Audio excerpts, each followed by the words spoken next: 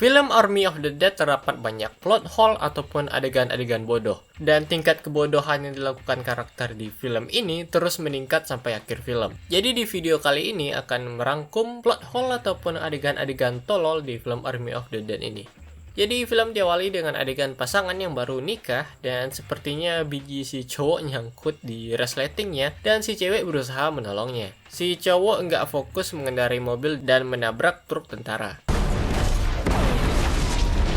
Gue nggak tahu kenapa bisa ada ledakan segede ini. Dan jika kalian berpikir bahwa Fast Furious itu nggak masuk akal, adegan ini lebih masuk akal daripada adegan tabrakan di film Army of the Dead ini. Dan ternyata di dalam box yang dibawa oleh truk, keluarlah seekor zombie yang membantai semua tentara. Entah kenapa sepertinya tidak ada satupun tembakan para tentara yang mengenai si zombie. Padahal ada 3 tentara loh yang nembak, dan nembak juga dari jarak dekat gitu. Tentara yang selamat memutuskan untuk kabur. Dan bukannya kabur menggunakan mobil yang ada di dekatnya ini, tapi dia malah memilih untuk lari. Mobilnya ada di dekat lu nih, lu tinggal naik dan terus kabur. Kenapa lu memilih jalan kaki gitu? Dan teman lu yang mau masuk malah lu larang. Mereka akhirnya digigit dan menjadi zombie. Dan si zombie pergi ke Las Vegas dan orang-orang terinfeksi dan menjadi zombie. Dan kita diperkenalkan karakter utama yang diperankan oleh Dave Bautista. Mereka berusaha keluar dari Las Vegas yang sudah dipenuhi oleh zombie. Ketika mereka keluar, salah satu anggota tim Dave Bautista tertangkap oleh zombie. Belum digigit sih dan cuma dipegang doang, tapi si Dave Bautista nggak ngapa-ngapain dan para tentara ini juga nggak nolong gitu.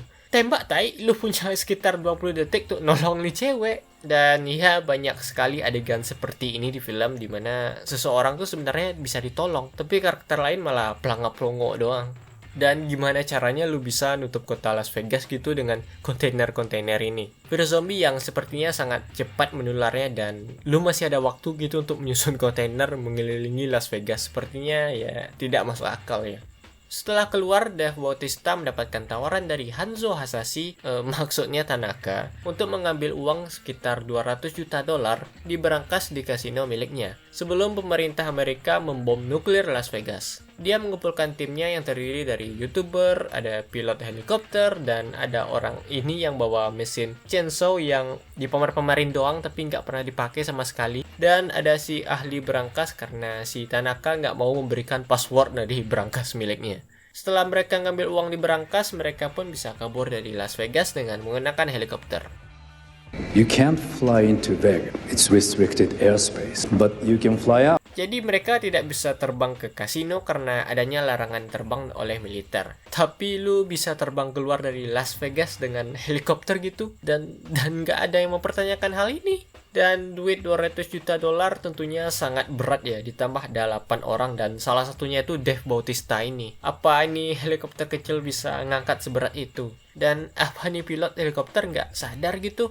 Dan ketika mereka ingin masuk ke Las Vegas, tiba-tiba Kate, anaknya Dave Bautista, juga ingin ikut karena ingin menemukan orang tua dari anak-anak ini yang masuk ke Las Vegas. Dan Dave Bautista mengizinkan anaknya ikut, karena meskipun dilarang, Kate juga akan masuk setelah si Dave Bautista masuk. Ya, Dave Bautista bisa saja mematahkan kaki anaknya ataupun ngikat dia. Sepertinya opsi yang lebih baik daripada membawa masuk anak lu ke sarang zombie. Dan anggota tim yang lainnya setuju-setuju aja gitu kalau Kate bakalan ikut. Gak terpikirkan bahwa mungkin Kate bisa mengganggu misi mereka, ataupun nih helikopter udah kebanyakan orang, cok.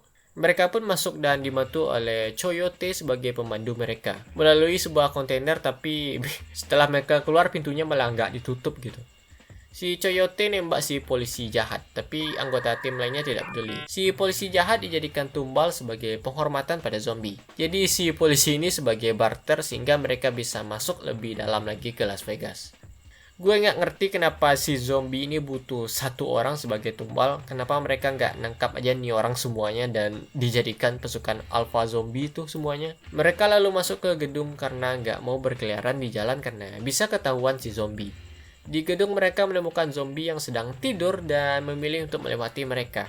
Entah kenapa mereka mengambil resiko dengan melewati zombie yang bisa tiba-tiba saja bangun. Kenapa nggak cari jalan lain itu di gedung ini, ataupun mereka sebenarnya nggak usah masuk ke gedung ini. Karena pada akhirnya mereka juga bakalan keluar dari gedung ini dan jalan ke kasino. Jadi ngapain masuk? Jadi si cewek YouTuber dijebak oleh anak buah Tanaka yang mengurungnya. dia bisa keluar dan lagi lu bisa nolong cewek lu tapi lu malah bengong-bengong doang gitu. Ada apa dengan orang-orang di film ini? Iya pak, orang dia udah meledak. Oh iya, dan mereka tidak menggunakan peredam ataupun silencer di pistol mereka. Suara pistol tentunya bisa memancing para zombie. Mereka sudah pernah berhadapan dengan zombie sebelumnya tapi nggak sadarkan hal ini. Dan ya akhirnya mereka tiba di kasino. Si Dave Bautista dan anaknya pergi menghidupkan generator, sementara itu si Coyote dan anak buah Tanaka keluar untuk memeriksa kondisi. Lalu si Coyote menembakkan pistolnya, entah tujuannya tuh untuk apa gitu. Kalau sendiri yang bilang lu nggak mau mancing zombie dan memilih untuk masuk ke gedung untuk menghindari zombie. Tapi lu sendiri malah mancing zombie. Dan ternyata sebenarnya tujuan dari Tanaka bukan untuk mengambil uang di berangkas, tapi mengambil kepala si ratu zombie yang bernilai 10 kali uang yang ada di dalam berangkas. Kenapa nggak dari awal lu nyuruh mereka nyari kepala si ratu zombie aja? Kenapa lu harus bohongin mereka dengan rencana ngambil uang di berangkas? Dan ya kalau emang cuman mau kepala si ratu zombie ini, kenapa harus ajak si Dave Bautista dan timnya? Lu cuman perlu si Coyote untuk masuk dan bantuin temuin si ratu zombie. Dan di awal lu udah ketemu sama si ratu zombie. Kenapa lu nggak tangkap aja si ratu tuh? Terus langsung balik ke pulang gitu? Dan kayaknya lu nggak terlalu jauh gitu dari pintu masuk. Sementara itu si ahli berangkas dan pria dengan chainsaw yang gak kepake berusaha membuka berangkas, tapi berangkas tersebut penuh dengan jebakan ala-ala Indiana Jones. Jadi jika lantai ini tertekan, maka akan mengeluarkan berbagai macam jebakan. Jadi mereka membawa zombie yang masih hidup, memintanya untuk jalan melewati jebakan-jebakan ini. Dan tentunya mereka nggak mau lah.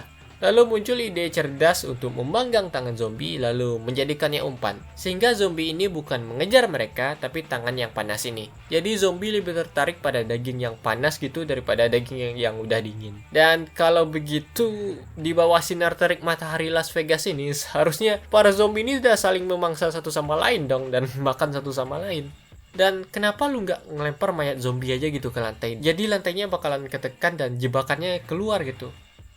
Dan ternyata pemerintah Amerika mempercepat peluncuran nuklir. Jadi waktu mereka cuma tinggal 90 menit dan si ahli berangkas membutuhkan 30 menit untuk membuka berangkas. Dan berangkas pun terbuka, sementara itu Cat berusaha untuk mencari si Jita, orang tua dari anak-anak gak jelas ini. Sementara itu zombie alpha yang mengetahui pacarnya dibunuh memanggil para zombie untuk menyerang ke kasino. Dan dari mana mereka tahu lokasi di mana orang-orang ini berada?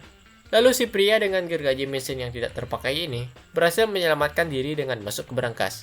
Sementara itu Dave Bautista dan yang lainnya berusaha kabur. Namun si anak buah Tanaka ini malah mengunci mereka. Karena ya dia udah dapat kepala si ratu zombie dan gak perlu uang lagi kayaknya. Dan bukannya dia bilang kalau dia tuh mau naik ke helikopter, tapi kenapa tiba-tiba dia ada di bawah? Okay, I'm gonna go kill that dumbass pilot. Now that she's fixed the chopper, fly myself out of here. Au revoir. Oh iya, supaya ada adegan inilah. Sepertinya Zack Snyder lupa kalau mereka punya macan zombie dan gak kepake. Jadi ya mari kita buat orang ini malah pergi ke bawah supaya macan di bawah tuh ada kerjaan gitu. Sementara itu Dave Bautista dan si Coyote sampai ke atas. Tapi si Raja Zombie juga datang. Dan kenapa lu nggak tembak kakinya? Lu pernah main Resident Evil nggak sih? Coyote menodongkan pistolnya ke kepala Ratu Zombie, jadi si Raja Zombie nggak ngejar mereka. Dan bukannya naik ke helikopter, dia malah kesini. Lu kan masih bisa nodong kepala si Ratu Zombie di atas heli. Tujuan lu apa sih? Sosokan nggak mau naik heli? Nice shot! Dan Dave Bautista mengatakan cuma ada waktu 9 menit lagi, tapi ada anak yang harus diselamatkan. How much time do we have? We got about 9 minutes. God damn it! Si Cat berhasil masuk ke gedung saat para zombie pergi keluar menyerbu ke kasino dan bertemu si polisi jahat yang udah jadi zombie.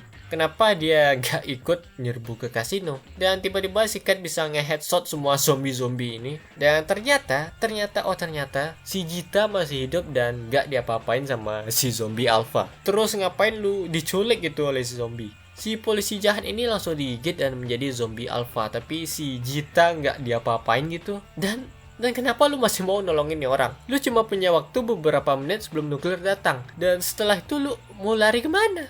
Dan misalkan Dave Bautista dan seluruh timnya tuh selamat ya misalkan, tentunya tidak akan mau menjemput lu. Dave Bautista mau, tapi tentunya yang lain akan menolak karena cuma punya 9 menit sebelum bom nuklir datang. Lu mikir nggak sih gimana nyelamatin nih 2 orang kabur dari Vegas sebelum bom nuklir itu gimana caranya? Lu ada di tengah kota Las Vegas dan si Tanaka bilang perlu waktu 2 jam untuk sampai ke kasino. Dan lu cuma punya 9 menit lagi, lu mau kabur kemana? Sementara itu si Dave Bautista pergi menyelamatkan si Cat dan tiba-tiba si Raja Zombie yang berada di kasino tiba-tiba teleport ke dalam gedung tempat si Cat berada. Ya, dia mengendarai kuda yang udah mati ini lebih cepat daripada helikopter. Dan bukannya langsung naik, mereka malah ngomong-ngomong dulu.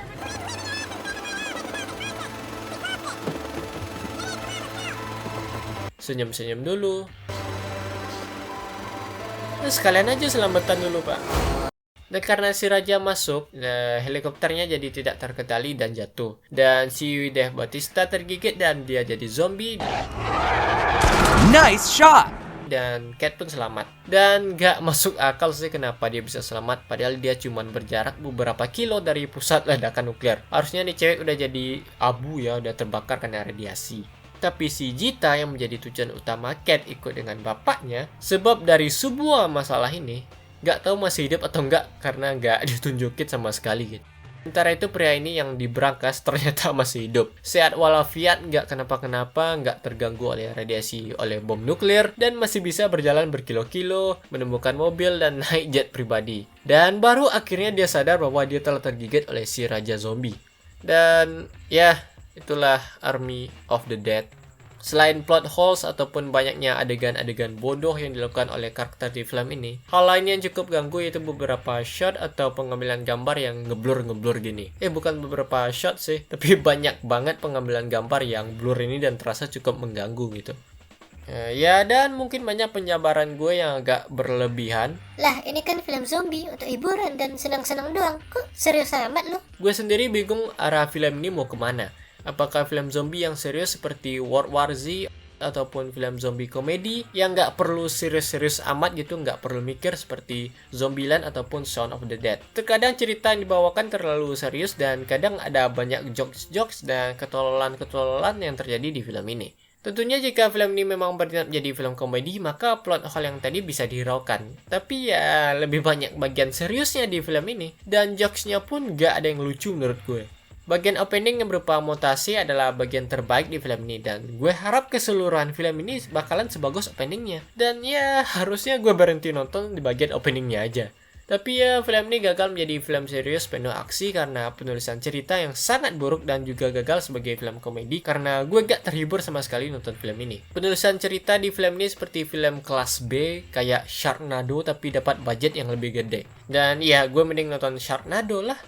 Dan ya kalau kalian dengar ada orang bilang, ini kan film zombie, ngapain serius-serius amat, gak perlu pakai mikir nontonnya. Itu cuma alasan dan pembenaran untuk penulisan cerita yang buruk. Lu masih bisa membuat film zombie yang bisa menghibur tapi dengan cerita yang solid dan bagus. Ditambah durasi yang kelewatan panjang 2,5 jam, membuat sangat menyiksa batin menonton film ini. Film ini mungkin bisa dipotong setengah jam ataupun jadi 1,5 jam aja. Banyak adegan gak penting dan gak jelas, kayak ini orang yang mamer-mamerin chainsaw-nya tapi gak pernah dipakai sama sekali. Cat yang pergi menyelamatkan si Jita, tapi di akhir sepertinya dia juga nggak peduli lagi sama si Jita. Dan mungkin menghilangkan drama antara Dave Bautista dan anaknya si Cat yang sangat tidak menyentuh sama sekali dan sering memaksa kita peduli pada hubungan mereka berdua. Dan ada banyak adegan mereka berdua tuh ngobrol dan merupakan bagian paling membosankan di film ini.